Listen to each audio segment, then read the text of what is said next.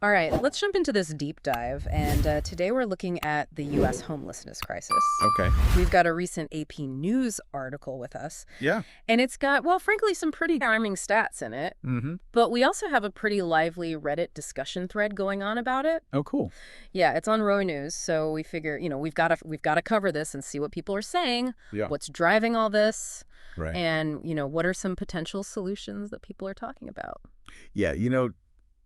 It's important to remember with these numbers. I mean, you can kind of get lost in the numbers, Oh, for sure. but every single one is a human life with its own story. Yeah, absolutely. And the AP article, I mean, right off the bat, they just hit you with this huge number. Oh, wow. 18.1% increase in homelessness just this year. Oh, gosh. Yeah, so now it's over 770,000 people experiencing homelessness. Wow. I was trying to think, like, what's a way to visualize that? It's basically like a whole sports stadium packed with people, And this comes after, last year we saw a 12% rise. Right. So it's definitely not, it's not a stagnant problem. Yeah. It's getting worse. Yeah, and what's even more concerning is that the AP article's pointing out this official count. It's probably an underestimation. Really? Yeah. So it's mostly capturing people who are in shelters. Okay. And it's missing all the people that are living on the street or maybe staying with family or friends because they have to. Right, right. So it could be even bigger than these numbers show. Wow. So let's dig into the why a little bit here. Okay. What are some of the things that are, causing this to get worse? Well, both the article and the Reddit discussion, they kind of converge on this one main issue. Right. It's the lack of affordable housing. Yeah. So the AP article, they're talking about these soaring rents Yeah. and just a shortage of affordable So housing. it seems like everybody's talking about that. Yeah. Yeah. And then on Reddit, you have actual people chiming in and saying, hey, I have a job. Right. I'm doing okay, but I can barely afford my rent. Yeah, there was one user, Tasteful Euphemism, I think. Yeah. They were saying they make like $80,000 a year, Wow. but they lost their job, had some credit issues, Oh. and they're stuck living in a hotel with their family of 5. Oh, my God. And they're like, we're on the verge of homelessness. Wow, that's really powerful. It really shows how fragile things can be for people. Yeah, And that not having affordable housing, I mean, that's not just about having a roof. right. It affects your health, your job, your family, everything. Yeah, and it can be really hard to break out of that cycle once you're in it. Absolutely. But, it's not just affordability, right? Yeah. I mean, our sources talk about some other things that are going on, too. Yeah. Like the AP article talks about all this migration, especially how it's affecting families. Right. And migration itself a lot of times is because of some hardship that people are already facing. Yeah, yeah. So it's not so simple to just say, oh, well, they moved here. That's the problem. Right. It's more complicated than that. Definitely. Yeah. And then we also can't forget about all these natural disasters we've had. Right? Like the wildfire in Maui. Yeah. Suddenly you've got thousands of people who need housing. Yeah, exactly. And it makes you think, with climate change, is this going to happen more and more? Oh, definitely. That's something we've got to think about long term. For sure. Yeah.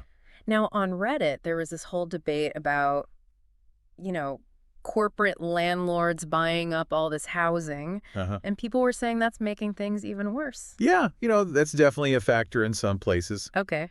But I think the research is still out on how big of a problem it is overall. Yeah. So, it's tempting to want to blame one group, Right. but it's just not that simple. Yeah. Yeah, fair enough. So I think we've painted a pretty grim picture so far. So let's Yeah. talk about what we can do about this. What are some of the solutions that people are talking about? Well, the AP article talks about some things the government is trying to do. Yeah. But then housing advocates are saying it's just not enough. Right, right. It's not even close to enough. And of course, Reddit, you've got everything from, the doom and gloom, like nothing's ever going to change. Right. To some pretty interesting ideas, actually. Oh, interesting. I wanted to get your take on a couple of these. Sure. Yeah. First, there's this thing called housing first. Housing first. A lot of people were mentioning that. Yeah. And they were basically saying, just give people housing. What? No strings attached. Okay. And then worry about the other problems. Interesting. So what do you think about that? Well, if you think about Maslow's hierarchy of needs. Yeah. The very bottom level is just basic survival stuff like food, water, shelter. Yeah. And until you have those things, it's hard to focus on anything else, Right. like mental health or getting a job or whatever. Yeah. Right. You got to have a roof over your head. Exactly. Okay. Yeah. So housing first is kind of like acknowledging that basic truth. Yeah, that's a good way to look at it. Like you need that foundation first Yeah. before you can build anything else. It's kind of like flipping the traditional way of thinking on its head a little bit. Yeah, totally. All right. Well, there was this other idea that was pretty out there. Okay. It came from a user called the Knight. Okay. And they were saying we should ban corporations from owning single-family homes. Oh, wow. And then put a tax on people who own multiple properties. So the more properties you own, the more you get taxed. That's a pretty radical idea. Yeah, what do you think? What are the pros and cons of something like that? Well, I think it's definitely getting at this idea that housing shouldn't be treated like some kind of investment. Okay. It's a basic human right. Yeah.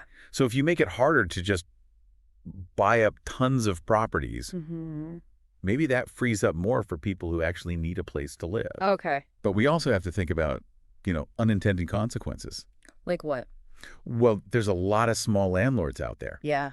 and they actually provide affordable housing. Right. Yeah. So if we just ban everybody from owning more than one property, that could hurt those small landlords. Right. And then you could have fewer affordable options. Exactly. And then even if people do start selling their extra properties, who's to say some big corporation isn't just going to snap them all up? Yeah. And then we're back to square one. Exactly. So it's complicated. Yeah, it sounds like it. Yeah. You got to really think it through. For sure. So are there any bright spots here? I mean, are there any places where things are actually getting better?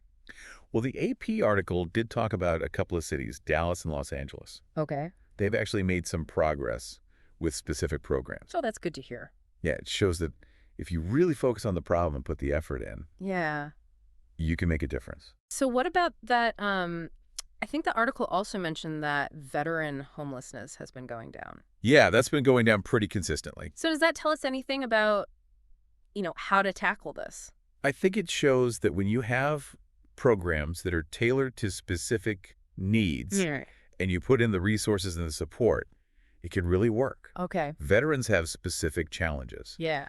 And when you address those challenges, you see results. So maybe there's a lesson there for how we approach homelessness overall. Yeah, maybe we need to move away from this idea of one solution fits all. Right, right. And think more about each different group and what they need. That makes a lot of sense. Welcome back to our deep dive into the U.S. homelessness crisis. In the last part, we really got into some of the really difficult statistics. Yeah. And we saw how complicated all these different factors are. Yeah. Yeah, it's not a simple issue, that's for sure. No, not at all. So I think now let's focus on what we can actually do about it. Okay, yeah. But, we talked about a few ideas in the last part, but we just kind of scratched the surface, right? Yeah, we did. And I think it's important to remember that there's no quick fix here. Right. There's no magic bullet. Yeah. We need to think about this on multiple levels Okay. and really try to get at the root causes. So what are some of the things our sources are saying? What can we actually do? Well, one thing that both the AP article and a lot of the Redditors brought up was zoning laws. Zoning laws, okay. Yeah, a lot of cities have these rules that make it really hard to build affordable housing. Oh, okay. It's like the system is designed to favor those single-family homes or luxury apartments. Yeah. And not the kind of housing that people who are struggling can actually afford. Right, right. It's like they're trying to keep certain types of housing out. Yeah, and it's things like, you have to have a minimum lot size. Okay. Or you have to have this many parking spaces. Yeah. Or the building can only be this tall. Right, right. All these little rules. Yeah, and all of that makes it more expensive to build. Okay. And so then the developers, they're only going to build what they can make the most money from. Right, right. It makes sense from their point of view. Exactly. It's not helping with the problem. No. And then you have this NMB thing. NBY.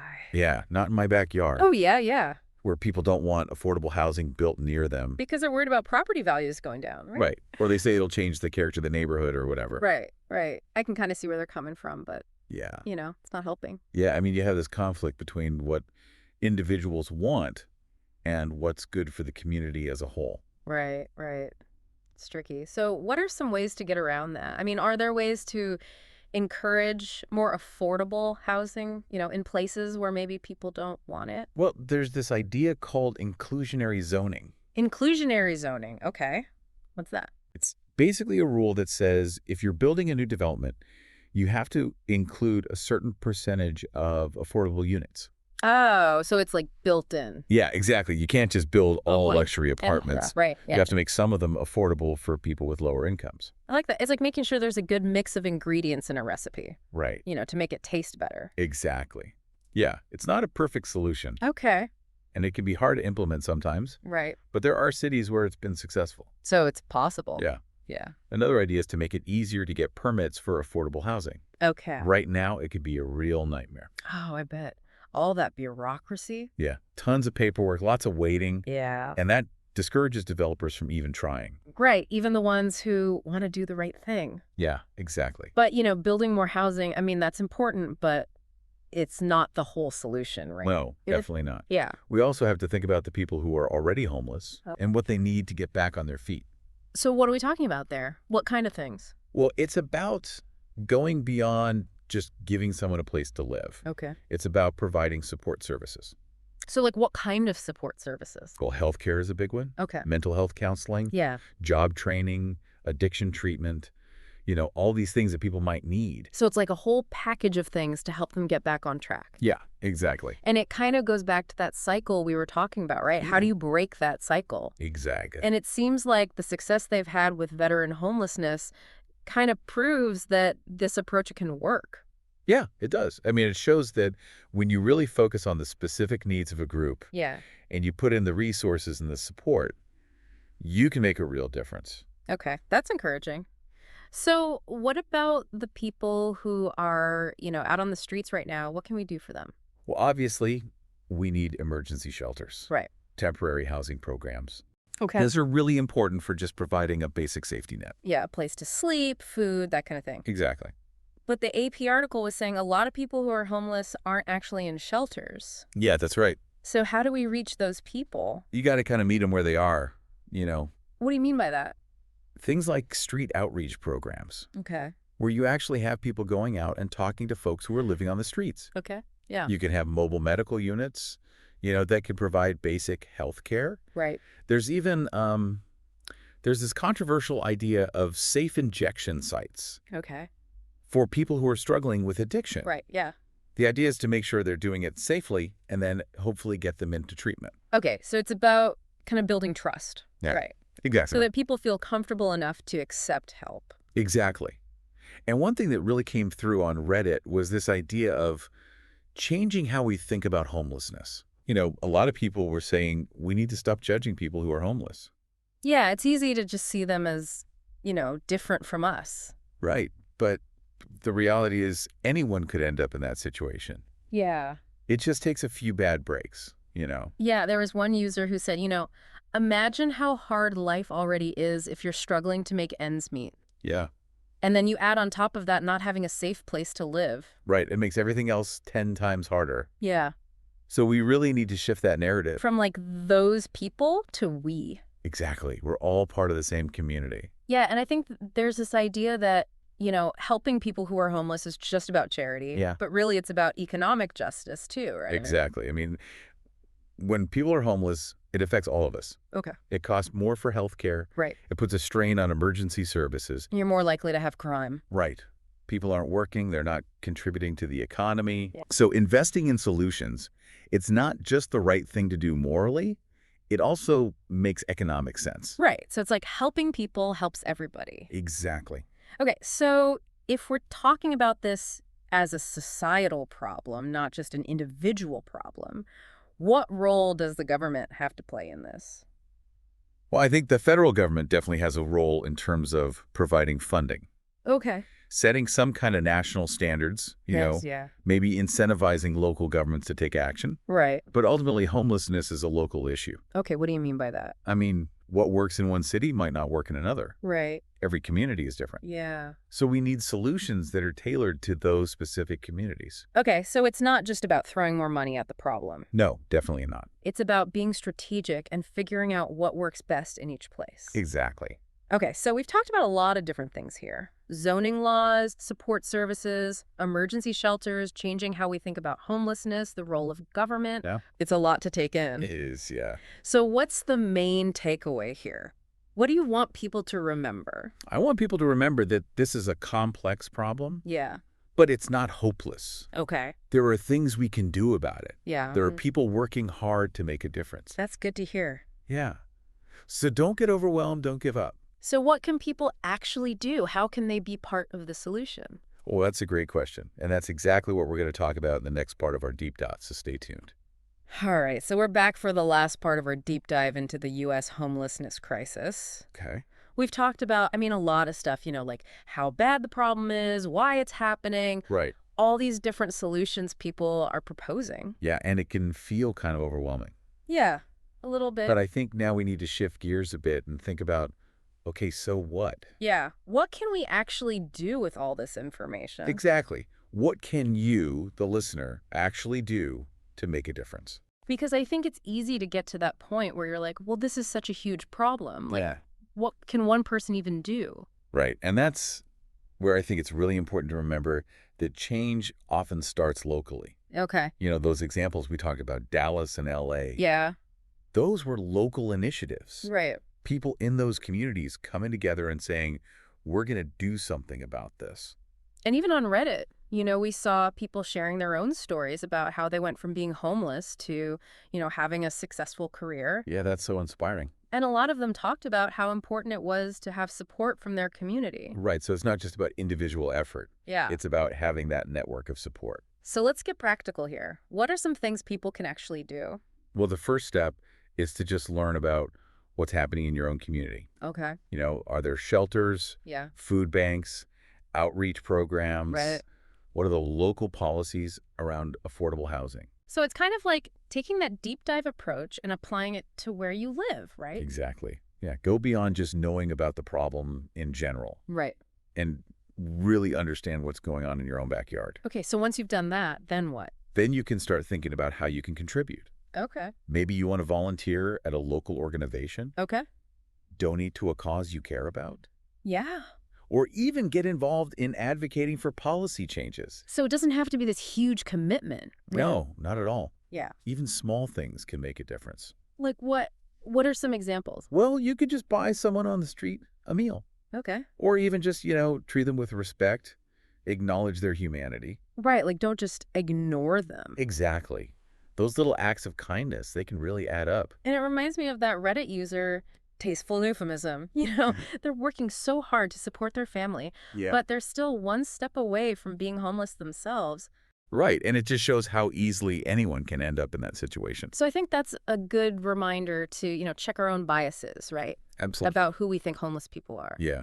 And to speak up when we hear people saying harmful things, Yeah. educate ourselves and others Yeah. about the real causes of homelessness. So it's kind of like shifting that focus from those people to we. Exactly. Because really, we're all in this together, right? We are. And it's important to remember that change doesn't happen overnight. Right. It's going to take time, it's going to take effort, and it's going to take everyone working together. Yeah, but the successes with veteran homelessness, that shows that it is possible, right? It does.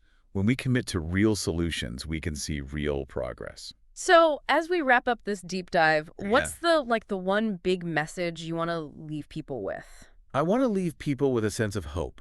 Okay. This problem is huge, but it's not insurmountable. Yeah. There are things we can do, and there are people who are already doing them. So don't be afraid to get involved. Yeah, don't be overwhelmed. Do something. Exactly. Even a small act can make a difference. And I think that quote from the Reddit user who became an engineer after being homeless really sums it up. Yeah. What was it again? Change is possible. One person, one community, one policy at a time. That's perfect. All right, well, that wraps up our deep dive into the U.S. homelessness crisis. Yeah. Thanks for joining us.